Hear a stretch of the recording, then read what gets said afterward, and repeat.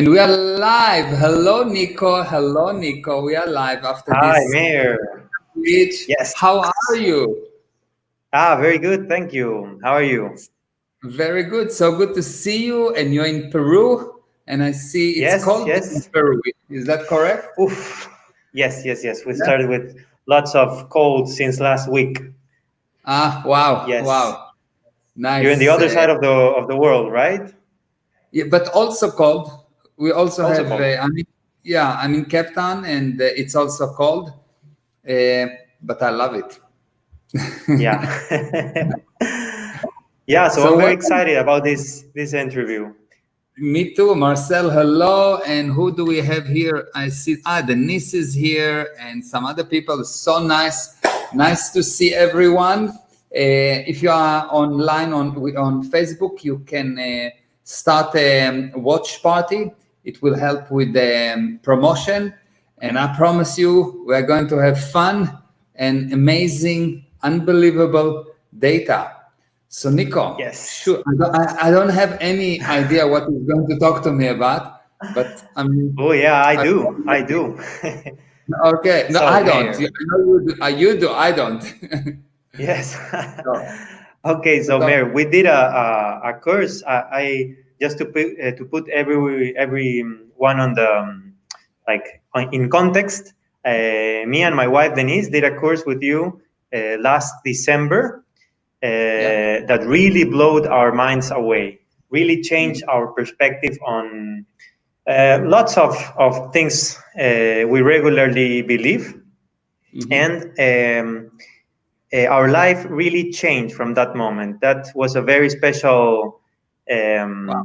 those were very special lessons for us. So I have Thank prepared you. some questions. I know you're giving this Yoga Sutras seminars. We've been listening to them on Sundays. And there's another one this Sunday, right? Yeah, Sunday 3 p.m. and you can register going to www.meirezra.com/yoga. Or just follow me on Instagram, Meir Ezra Official, and you can private message me if you have any questions and if you need any help. Okay, so let's go. First of all, this is a very big question, but I know you can address it the best way. What is spirit? Because we're always talking about spirit in yoga and going to this concept through different ways. So, what is spirit? Okay, so let me explain the word spirit. So, in order to understand the word spirit, we first have to understand what is the physical universe, the universe that we are living in, this universe that have physical thing. Okay, so the Okay. universe, the physical universe, is actually composed of twos. Everything in the physical universe is composed of two, plus and minus, big and small, beautiful and ugly, husband and a punishment. Yeah, wife. I'm just joking. Yeah. I'm just joking. I had to.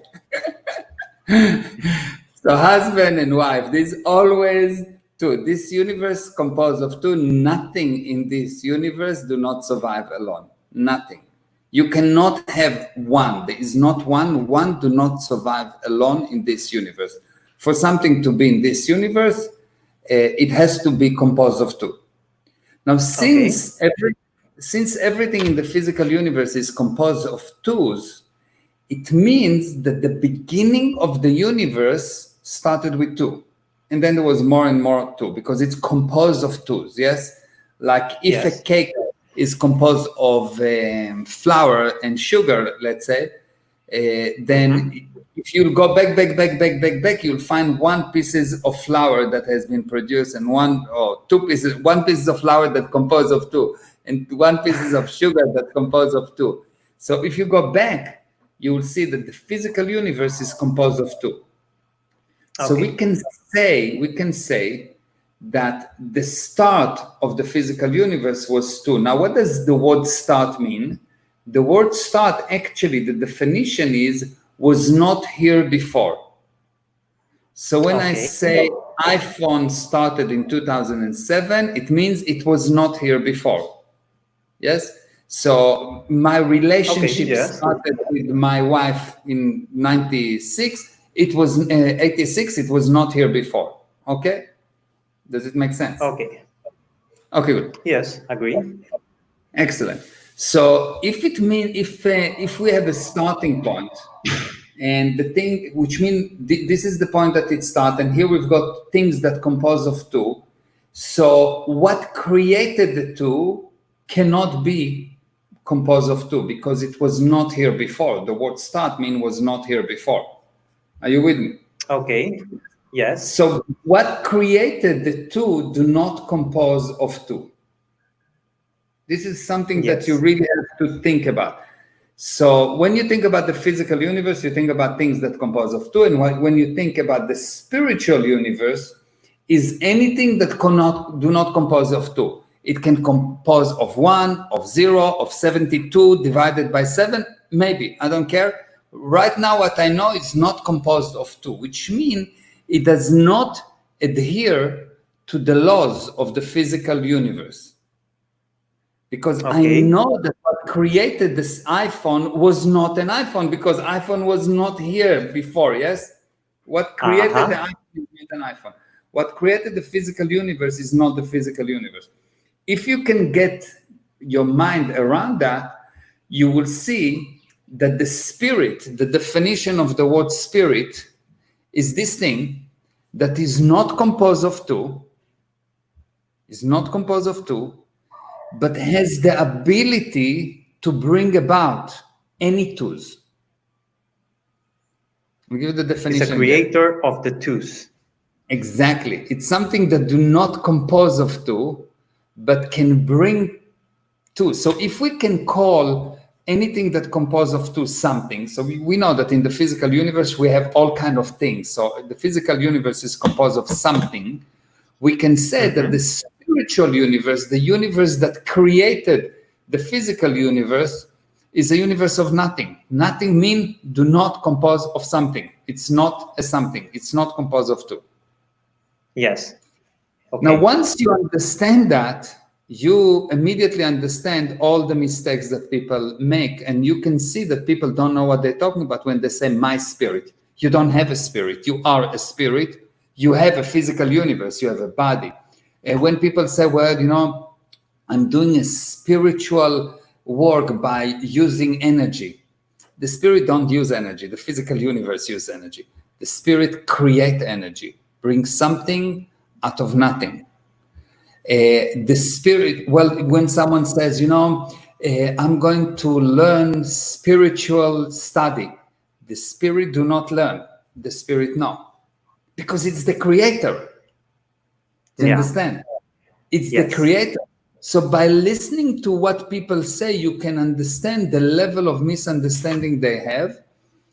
But once you understand this one basic principle, that the spirit is a nothingness that can bring about somethingness by putting ideas, just putting ideas. You come up with an idea, you have an intention to propel the idea into a universe, not the physical universe, a universe.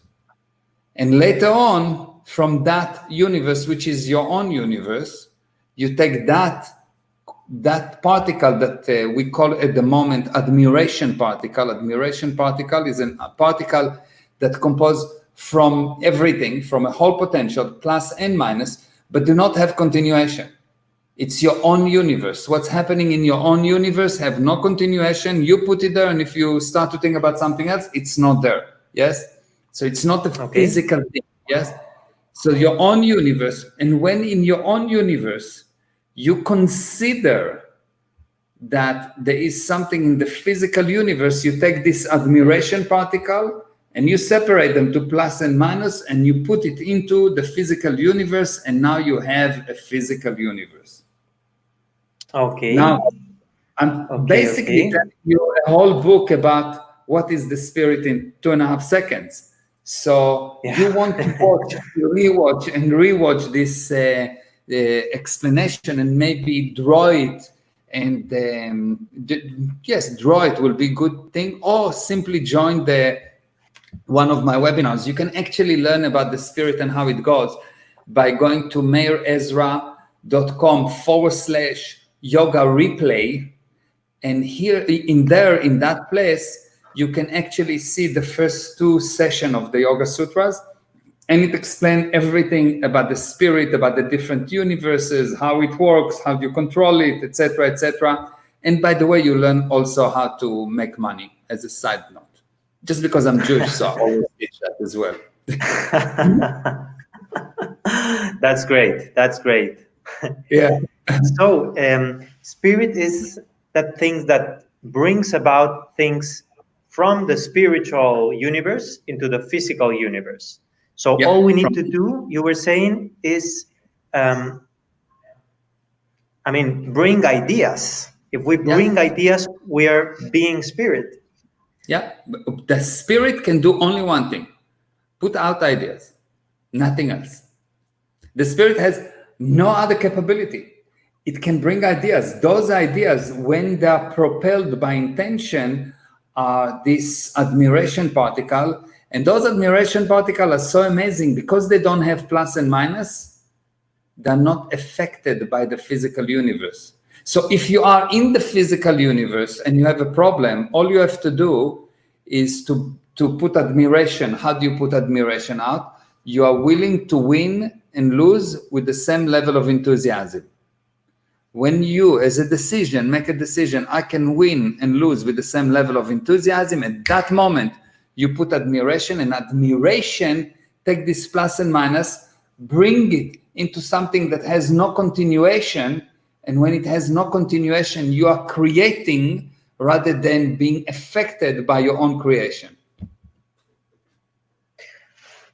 Okay, so can we make maybe an example of this? Like, if you're, let's say... I'll give an actual example of one of the students that was in the last lesson. And this guy is from Iran, and he sent me a voice message. And he wrote to me that he was in the seminar and he was hearing that, and he thought that it is a little bit weird, come on, just ideas will solve his problems. But he put ideas, and about 9 hours later, I have a recording of that thing, and I've shared it with my students, and they have it. So, and anyone that wants to hear the recording can write to me, and I will send it to him privately. And after about 9 hours, he has a situation, his family has a situation that he was thinking about to solve. Someone owed them a lot of money, and because of the coronavirus, they have a problem, and they don't have money right now. And he put out an idea that this guy will call and will want to give them money. And 9 hours later, the guy called after he did not speak to them for 9 years, or 8 years or something like that. I don't remember exactly how much he said there, 8 or 9 or 7, a few years after he didn't talk to them for a few years. And he says, look, I want to give you the money. Now you can say that it is coincidence. I got the money. And they got the money, yes. Look, you can say it's coincident. You can say it's coincident. But I don't think so. I don't think so. Because, okay, if it was one time, fine. But I can tell you about many, many, many stories like that. The only mistake that you can do is not write enough ideas. Now, when I say ideas, you need to understand what I mean. Ideas, as opposed to a physical universe particle, idea is something that you put there and you're not looking for confirmation. When you say, I think that this is red, you don't go and look, is it red? You just put it there, put it there. It doesn't have to be logical ideas, practical ideas, correct ideas, incorrect ideas, whatever. You can write anything. You can just write ideas, and you write and you write and you write and you write and you write. And if you do, it will work. I have another customer, another client that was in the seminar, and she's doing some kind of sushi thing, sushi restaurant, and her sushi restaurant got closed because of the COVID situation, and she had a difficult situation. She didn't have money, and she didn't have Like she had a big problem, a massive problem. Like she had nothing. And I said, write ideas. And she wrote ideas, and she said, well, I don't know. I said, write more ideas. And she wrote ideas, and she wrote ideas, and she wrote ideas. And the next morning, again, also this thing I've shared with all my students, they can tell you on the chat that it's correct. They saw the actual communication. So the next morning, she wake up in the morning, she get a mail, and in the mail there's a check, and she opened the check, and there is the 14,400 or something. I don't remember exactly the number, but 14,000 something. Okay, and that was amazing, unbelievable, blah blah blah. Few days later, she said, "Okay, if it works, let me write more ideas." She took the next thing, and she wrote to me today, and she said that she had another ideas that she wants to do, and she said, I don't believe that, it cannot be. But what I wanted happened. She wanted to solve the problem of the distribution of the sushi in some way, blah blah blah. Someone contacted her, say, I will do that, I can do that, this is what I want to do, blah blah. Everything got solved, and she's sitting at home doing nothing, writing ideas. Yeah. Wow, that's amazing. It's amazing. That's amazing. It works, and I know it works. Yeah, the only because enemy. It's worked for me. Yeah, okay. You'll tell us within a second. The only enemy is if you start to have a doubt. If you say, well, I don't know, let me check, blah blah blah. Sit and write. Don't think. Just write. Write enough. Write long enough. At least an hour. Things will happen. Niko, share with us what happened. When we're not writing ideas, where are we? Where are we in our attention? Okay, because so I think it's something common that one starts writing idea, let's say for a business or for solving a problem, and then you get to a point where like you start to consider different things, and what's happening there? Where's the spirit?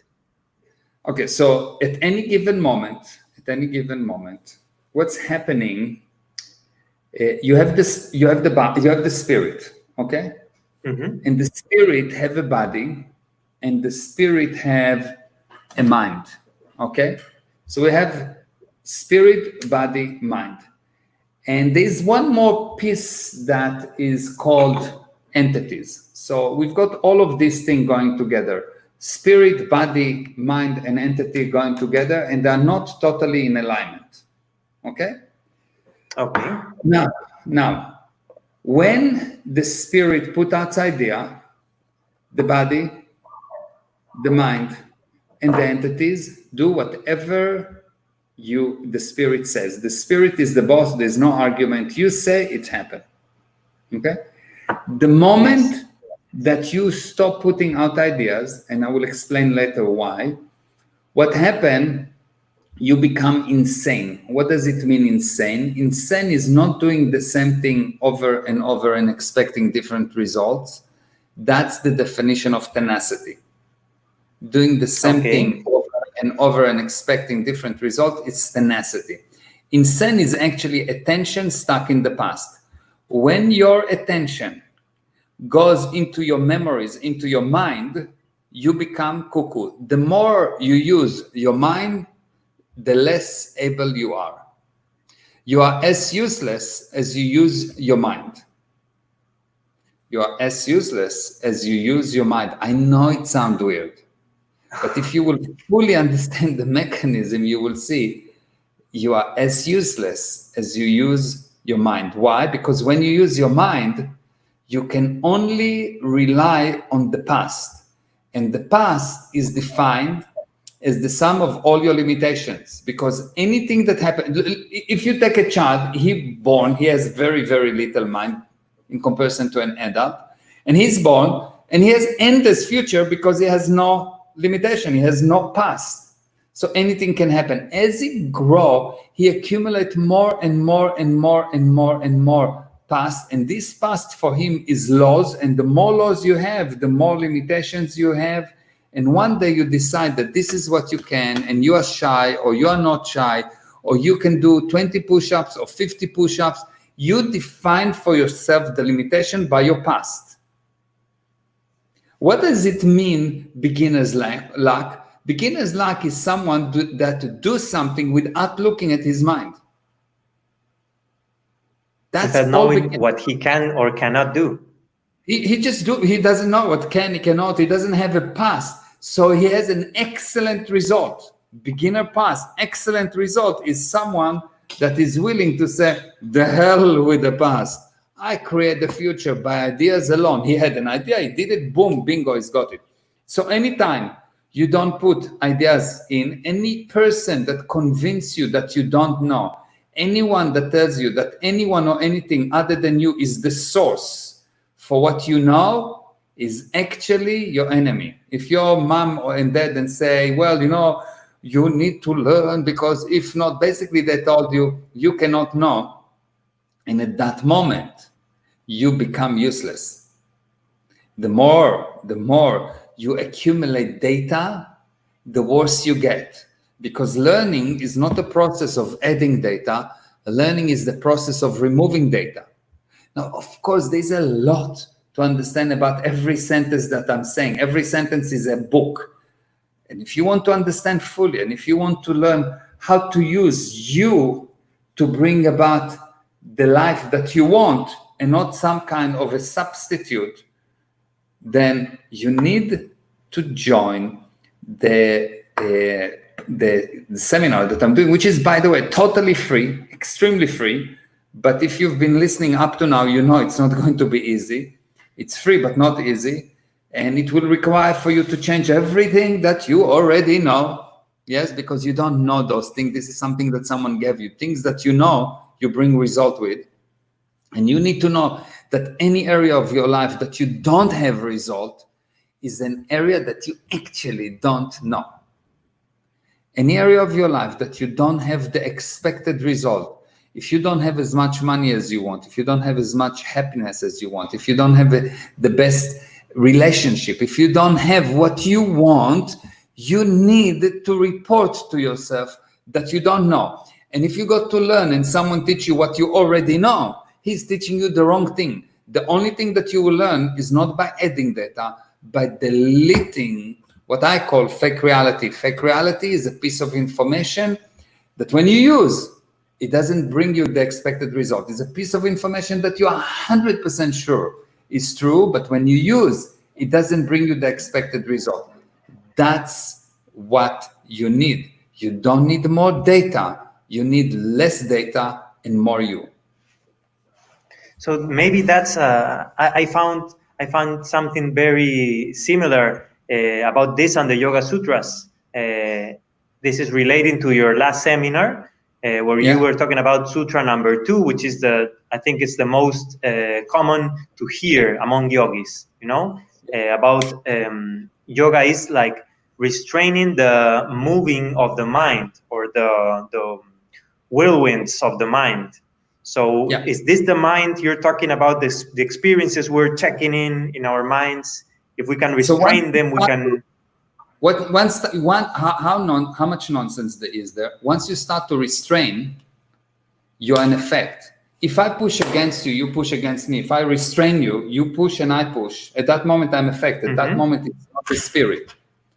The Yoga Sutras actually are not really correct, not because they were not correct at the beginning, because as they moved through the years and as they moved from one person to another, and as the translation went and retranslated, what you got is nonsense. Because if I ask someone, what is a mind?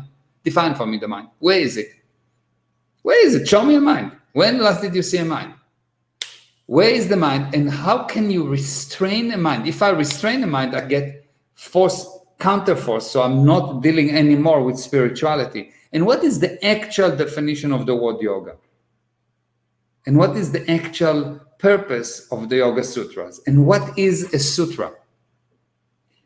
And when you start to look at the building block of something, you actually understand that if someone cannot give you an exact definition and bring result, immediate result on the spot now, like I give you a result, you do ideas, you get result, no question asked, just do it, you get result. If you cannot do that, and if someone tell you, well, you need to do it for many years, and after you do it for many years, if you buy more hours and more hours, and you do more years and more years and more years, maybe at the end of the years, you will die and not ask for refund. Because there's no result. Yes, you need result immediate now. Not so Yoga Sutras are really more simple than what they are being told about.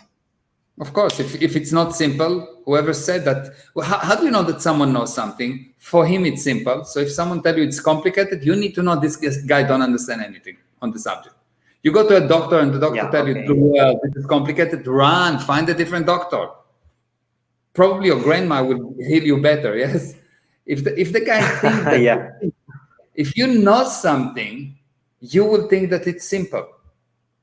That's the first thing. If someone tells you it's complicated, what he actually tried to say is, I don't know, and to protect myself from the fact that I don't know, I say it's complicated, so we both don't understand, so it's good. Because it's complicated. Makes sense. He basically prepare you not to understand. Because if I said to you it's complicated, what I'm actually telling you covertly is that you are not smart enough to understand it. I can, but you're not. No, I'm not smart enough to teach you. I don't know it.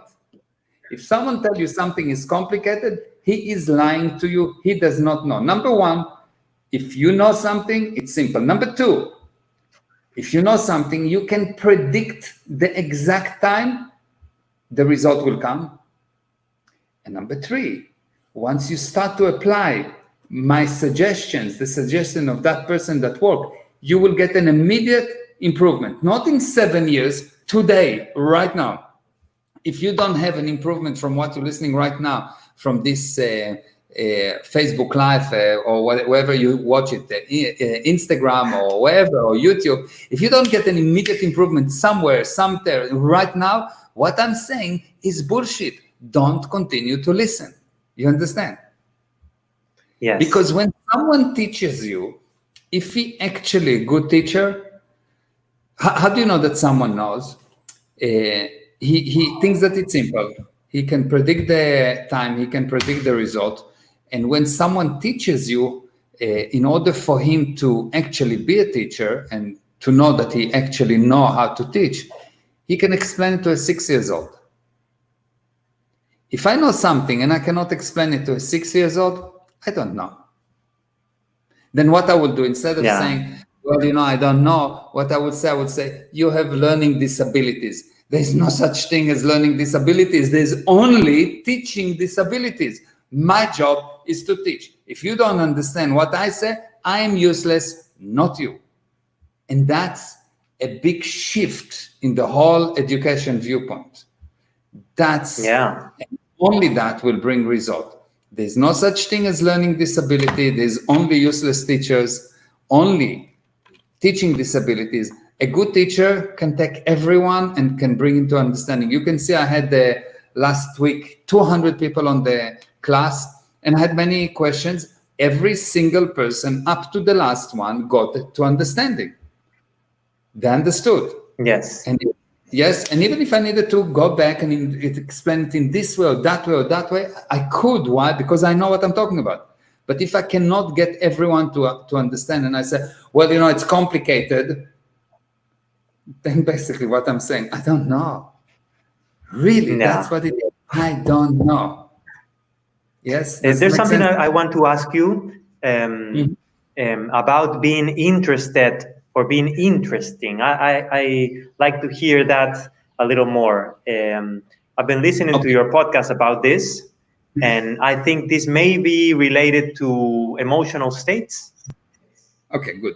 So there's a few things here. Okay. So first of all, let's look at what is interested versus interesting. Okay. Interested is an outflow. If I'm interested in you, I'm putting something out from me to you. So something out of nothing. Okay? So spirits are interested. They're putting something out. Okay?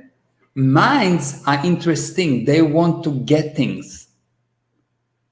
So when you are interesting, yes, what you do, you build minds for other people. This is interesting. I am interested. So Okay, every yeah. time that you try to be interesting, you are not alive, because your body may be interesting, not you. You are interested. You bring out interest by being cause. So when you are cause, you are interested, and you are being affected by being interesting. So when you look at a stone can be interesting. A car can be interesting. That thing can be interesting. Anything physical is interesting. A beautiful woman can be interesting, but a smart woman is interested. A beautiful and a smart woman is very interested, not interesting. You can see that with artists. When an artist just create a song or some piece of art because he's really want to put his art out, it comes amazing. But when he tried to create a hit, it never works. Even if it's secretly, he wants to create a hit because now he's trying to be interesting. He wants people to be interested in him rather than he interested in them. You take a business, you start a business, you take a business, you are very interested, you want to build this thing, and you want to create it, and you have all of this thing, and you want to give people things, and you want to help them, and you want to make them feel good, and you want to help them. And then you realize that you have some financial problem, so now you're getting interesting. You do anything for money. When you do anything for money, you are interesting. How can you be interested in me instead of how I will be interested in you? When that thing switch, you lost yourself. You may get money, but you will not enjoy it. You may get admiration, but it won't be true. You may get whatever, but it will not actually help you, because the only thing that helps you is interested, because you put out ideas when you are interested. You get in particles when you're interesting. So when you're interested, you're being a spirit, you're being your essence, you're being like yourself. Yeah. So Exactly. being ourselves would be being interested, but Yeah. being or trying to be interesting would be going into the physical universe and being an effect because I want to cause an impression on someone, right? Exactly. That's amazing. Now, what does it mean, emotion? Emotion is quite a fascinating thing. Why? Uh, when the spirit put out an intention out, okay?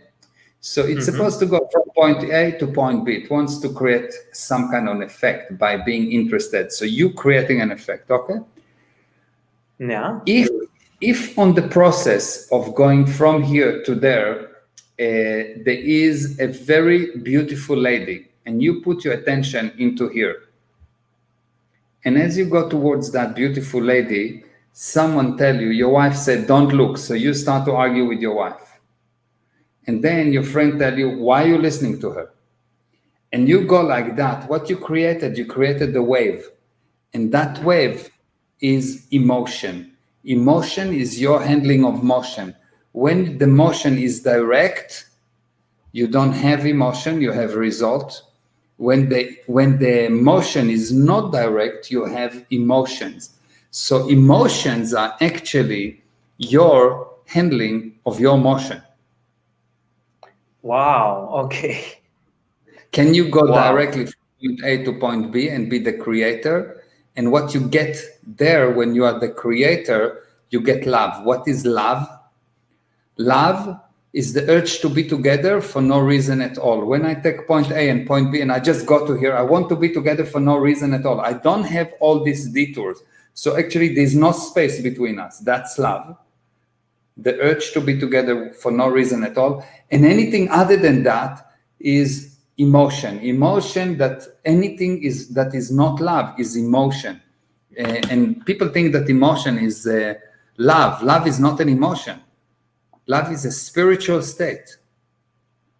It's the urge to be together for no reason at all. When there is a reason, it's not love, it's a business deal. I give you my it's like body, you give me that. I give you this, you give me that. That's a business deal, yes? We're doing a business. We don't call it a business, but it's a business deal, yes? And also there's arguments, and then there's agreements, and then there's contracts, and there's all kind of things. But that's not love. Love is what a mother feels to her child.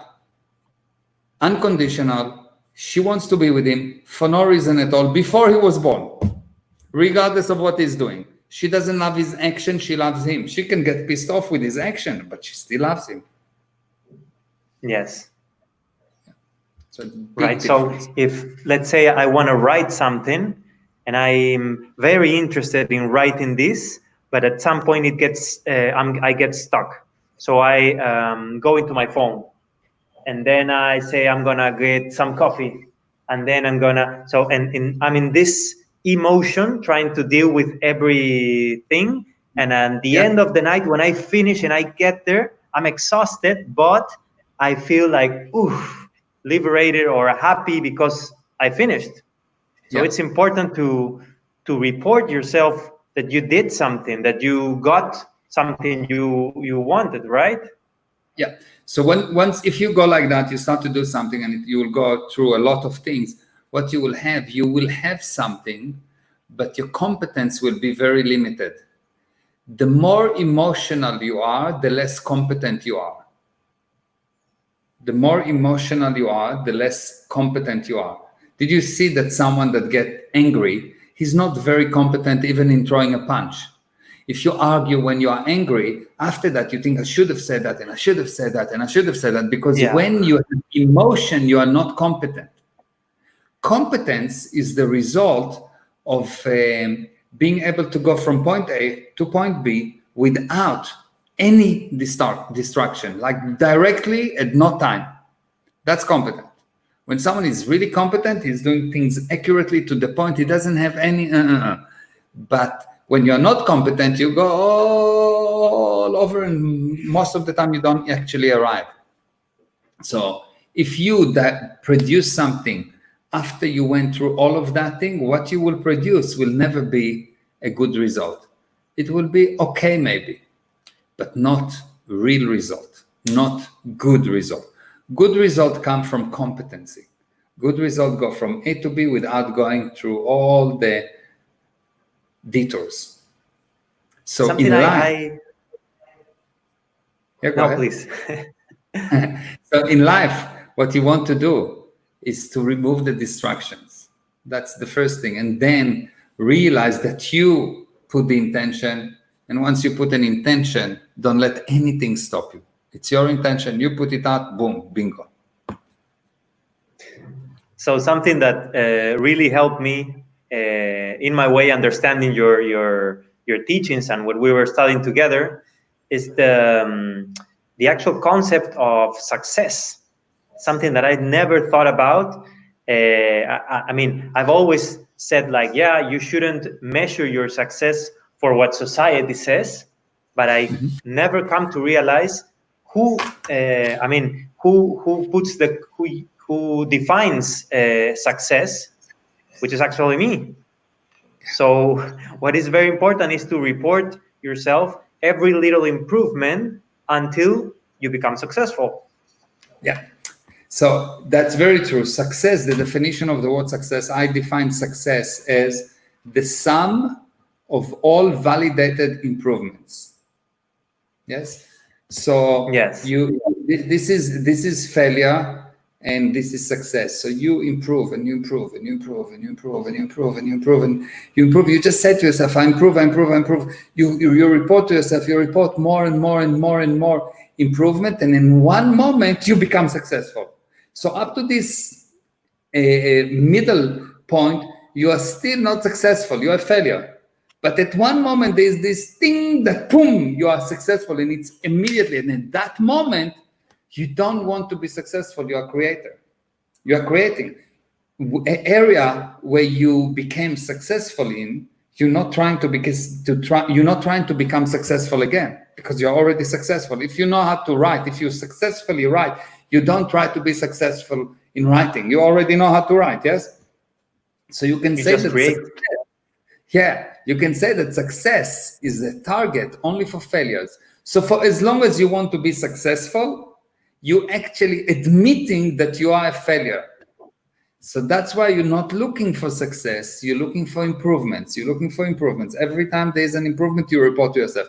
Now, if you will report to yourself what most people do, they think, in order to fix something, you need to find what's broken. So basically, all day long, they look for wrong things. This is wrong, this is wrong, this is wrong. And they're counting how many things wrong. And when it's enough wrong, they say, oh, you know what, the hell with you. I don't want to do anything with you. And that's the wrong method.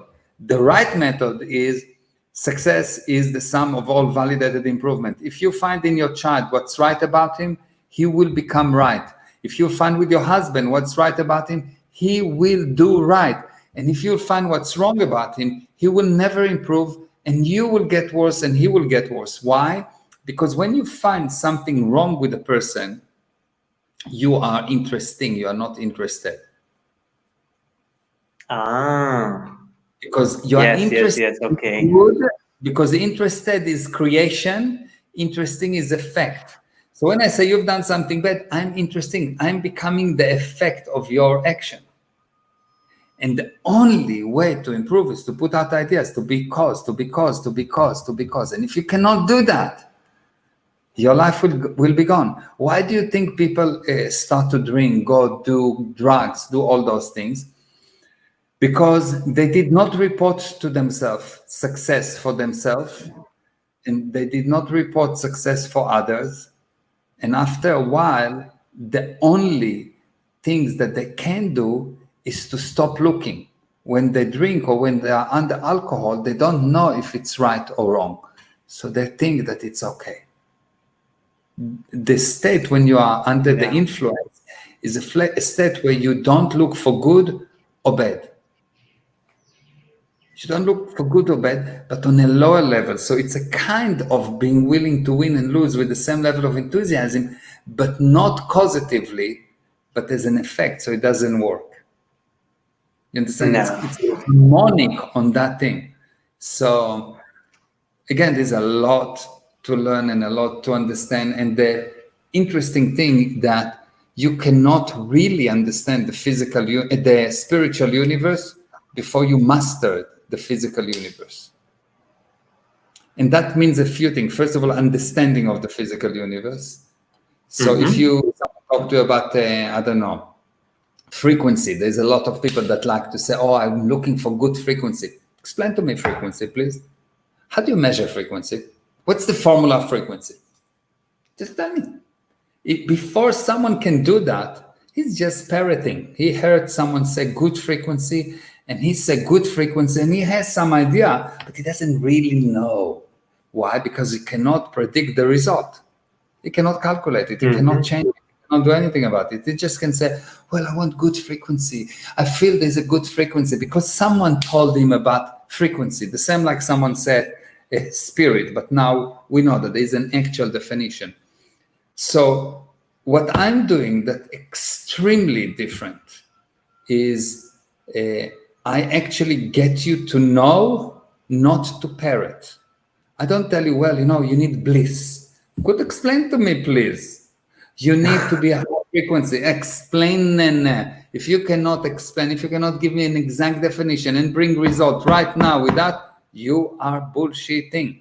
And what I do is I demand from every student to understand from his own eyes, to make it his. It's not my data. And what I do with the Yoga Sutras is I'm not taking the Yoga Sutra and teaching you, because that's what everyone did up to now. And it is just taking the blind leading the blind, yes? So what I'm doing, I'm saying, no, I'll teach you a way to rediscover them. I'll teach you a way to rediscover them. You will invent them.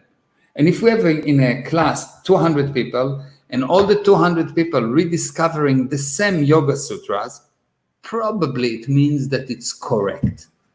You see, each one of you independently find it. Then I don't need to teach you. If I need to teach you, I'm making you an effect.